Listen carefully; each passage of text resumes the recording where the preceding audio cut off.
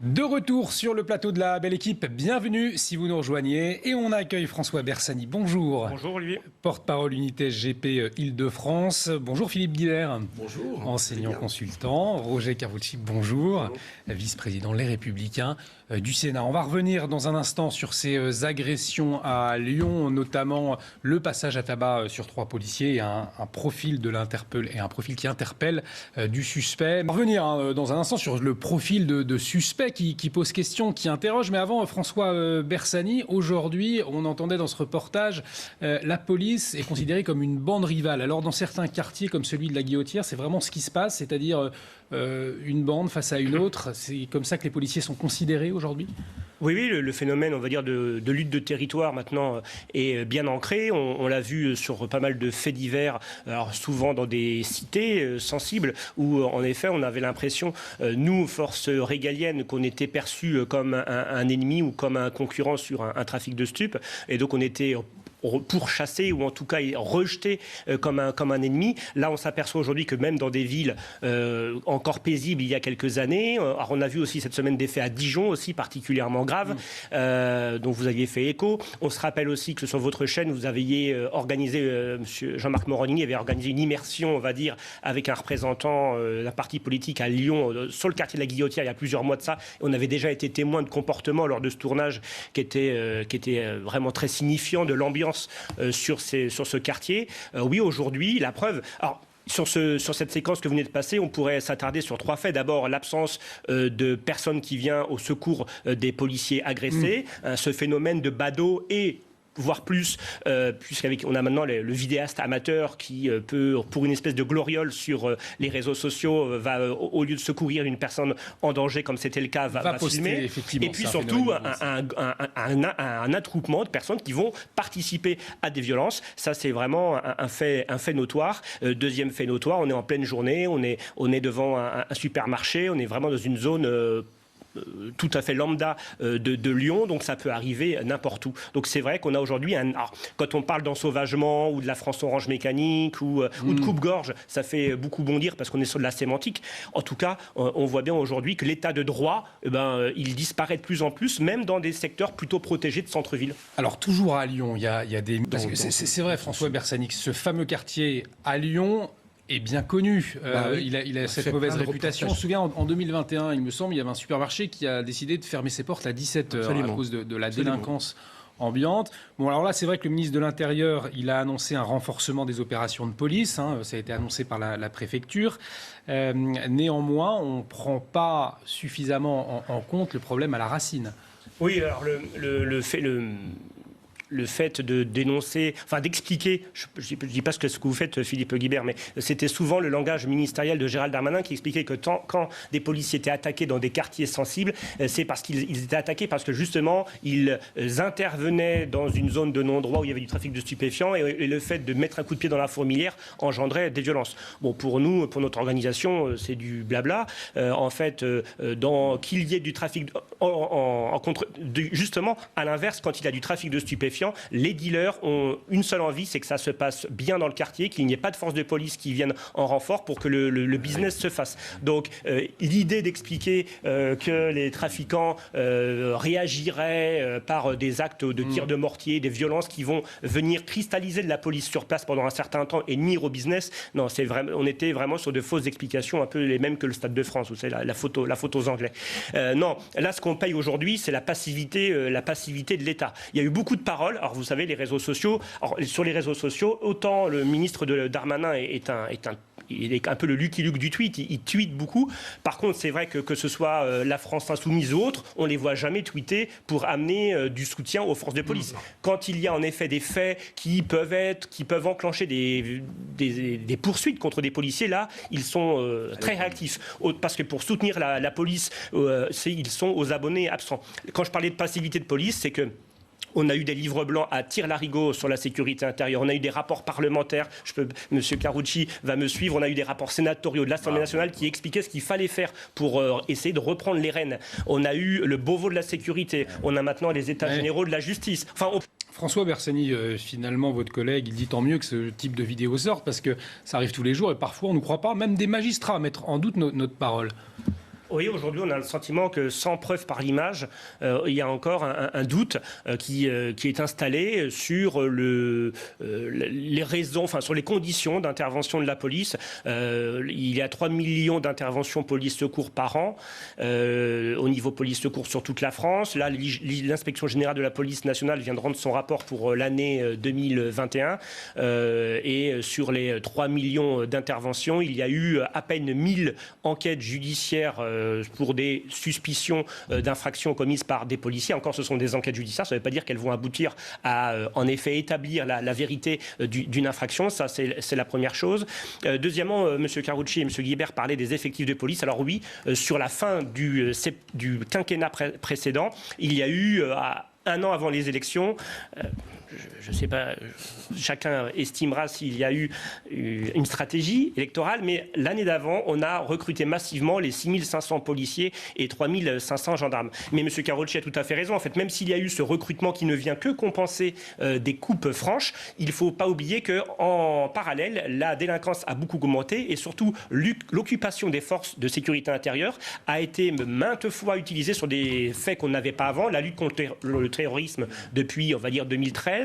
On a eu tout ce qui est lutte contre les migrations irrégulières avec les systèmes Frontex et sur les traversées de la Manche. On a eu les mouvements Gilets jaunes, loi travail qui ont monopolisé des CRS qui avaient aussi fondu comme neige au soleil. Et surtout maintenant, on a les violences intrafamiliales avec MeToo qui a générer une vague de signalements et de dépôts de plaintes qu'il faut bien traiter. La lutte contre les stupéfiants qui est devenue une priorité. En fait, on a enfilé comme sur un chapelet les priorités gouvernementales. Il y a eu un appel d'air en matière de dénonciation des infractions, ce qui est légitime. On ne demande pas à ce qu'on nous dénonce moins d'infractions. Mais en fait, les effectifs de police et de gendarmerie ne sont pas en adéquation. Et justement, la police est-elle attractive? Parce qu'il y a une campagne de recrutement en ce moment, mais on voit des policiers se faire tabasser, des policiers qui travaillent énormément. Alors, est-ce que le métier attire aujourd'hui? On va en débattre dans un instant.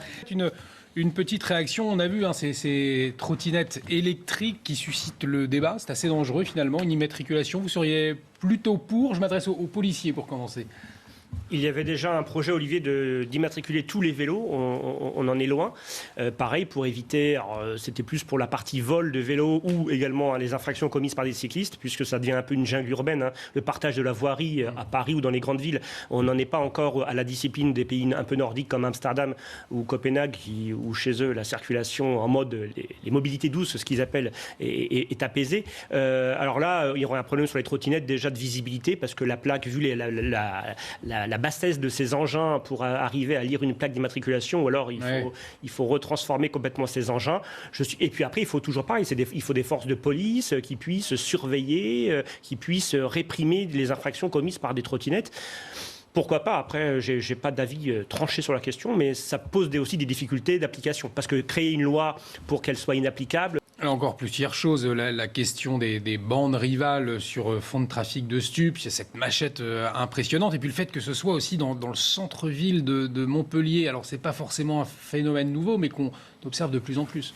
Alors, on pourrait avoir une espèce de fatalisme en disant, bon, après tout, sur cette affaire-là, ça semble être une affaire de rivalité entre bandes. Ça rassure presque, c'est vrai. Ça rassure presque en disant, en tout cas, il n'y a pas le citoyen, monsieur tout le monde, qui est pris à partie. Mais si on élargit un peu le spectre, mais quelle image, aujourd'hui, donne-t-on de la France, non seulement à la population étrangère, à l'aube d'organisation de grands événements sportifs en 2023 et 2024, quel touriste va vouloir venir passer un séjour en centre-ville de Montpellier alors qu'il peut être en effet attablé à ce bar et voir le mobilier urbain servir de barricade ou en tout cas de protection contre des jeunes qui se battent à coups de machette. Donc l'image elle est grandement atteinte de la sécurité du quotidien, la sécurité des Français. Et aujourd'hui, quand on parlait tout à l'heure de passivité de l'État, il y a vraiment, je pense que on l'a dit, le temps des grands diagnostics, le temps des tables rondes. L'autre fois, sur un plateau, je disais que le président Macron était un peu le chevalier de la table ronde parce qu'il adore les grands débats, il adore les comités Théodule qui vont réfléchir à des choses auxquelles on a déjà réfléchi 50 fois.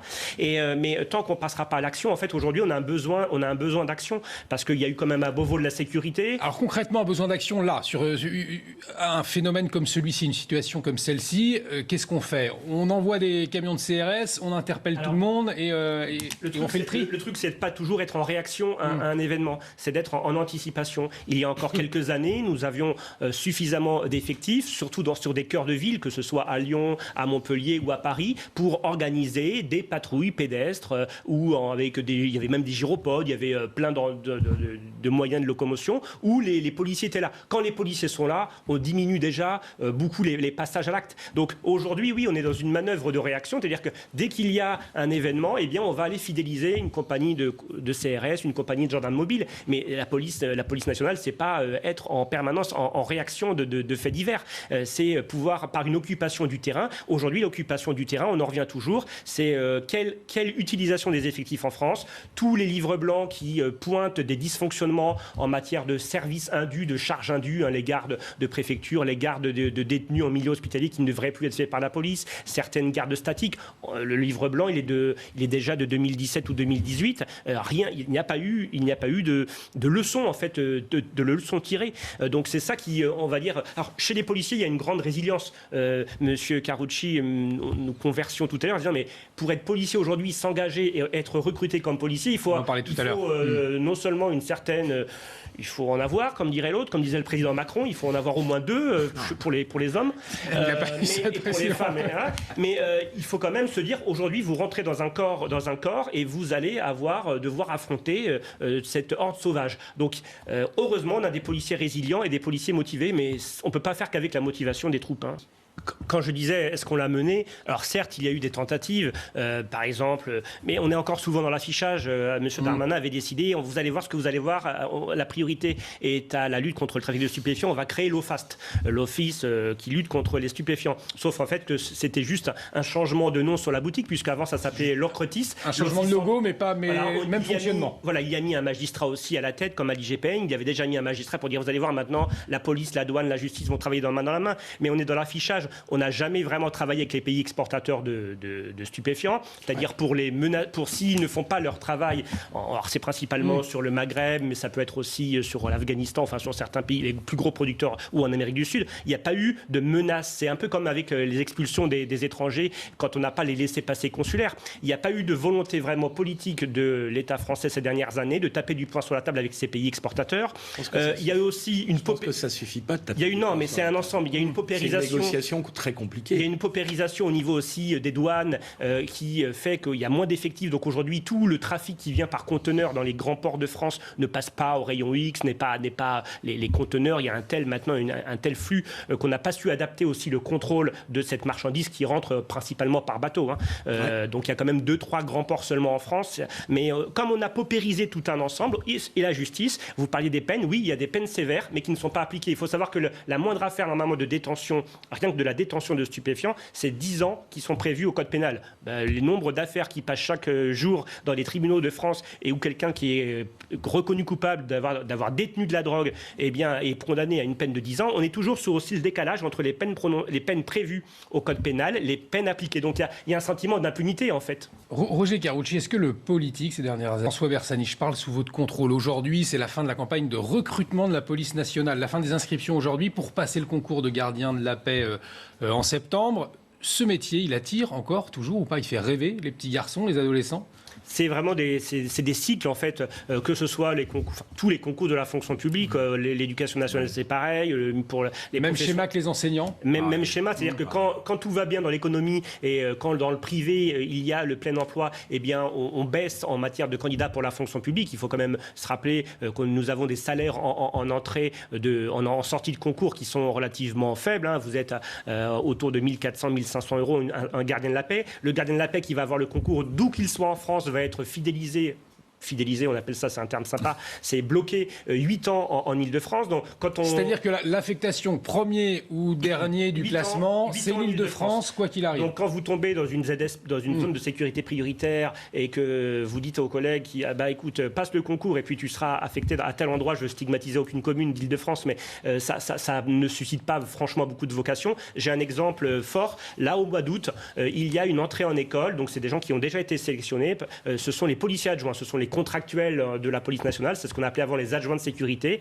Il y a 1000 policiers adjoints qui devaient rentrer en août. Seuls 500 ont accepté, c'est des gens qui ont déjà passé les sélections. Eh bien, seuls 500 sur 1000, donc 50%, ont reculé devant l'obstacle en disant nous, tout compte fait, je vais aller faire autre chose parce que peut-être que dans ces conditions-là, il y a plus confortable que la police nationale. Donc, il faut aussi faire très attention à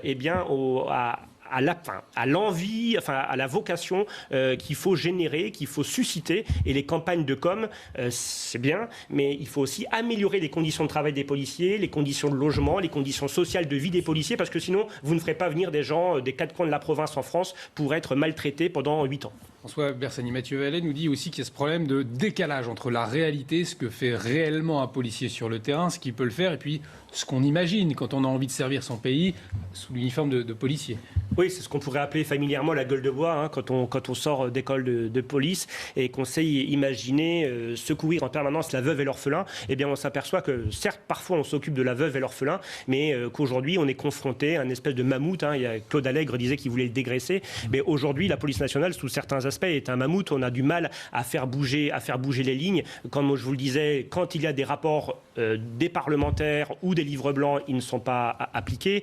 On parlait aussi éventuellement de certains pouvoirs précédents et voulaient peut-être ouvrir sur la coproduction de la sécurité privée. Donc essayer de diminuer le nombre de fonctionnaires et puis confier certaines tâches au privé. Mais on l'a vu sur les événements du Stade de France et on le voit déjà avec les premiers rapports qui sont qui sont proposés sur la préparation des Jeux Olympiques. On s'aperçoit aujourd'hui, par exemple, que la sécurité privée n'est absolument pas au niveau. Quand je parle pas au niveau, elle n'est pas au niveau de la qualification, elle n'est pas au niveau du nombre de personnel attendu. Et donc aujourd'hui, on a voulu essayer de faire le fameux continuum de sécurité, le bon terme technocrate qui est souvent utilisé, donc à savoir associer les forces de sécurité régaliennes, police, gendarmerie, avec les polices municipales, donc les collectivités locales et la sécurité privée. Mais aujourd'hui, ça ne fonctionne pas. Vous voyez, à Paris, vous avez que 400 policiers municipaux non armés. Peut-être un mot avant de voir cette image d'Elisabeth Borne qui se fait vacciner ce matin. On en est où dans la police, François Bersani ? Alors bon, au niveau vaccination, c'est... Je n'ai pas les chiffres exacts, mais je sais que déjà, on n'a pas les mêmes interactions au niveau proximité avec du personnel soignant. Mais nous, dans la police, on a quand même affaire à des... on n'a pas affaire qu'à des auteurs de délits ou de crimes ou des contrevenants, mais on a quand même souvent une population dont on ne connaît pas forcément l'état de santé. Donc on a toujours eu tendance à vouloir se protéger. Au tout début de la pandémie, on n'avait pas de masque, on les réclamait. Nous sommes aussi une population qui nous vaccinons contre la grippe. C'est organisé par les services des préfectures depuis des années. On se fait vacciner contre la grippe. Et quand il y a eu donc les rendez-vous préfectoraux pour être vacciné contre le Covid, les plannings ont été remplis très très vite. Donc on a un très fort taux au niveau du personnel du ministère de l'Intérieur. Parce que pas de gros débats donc au sein de l'institution. Non, il n'y a pas de débat au niveau de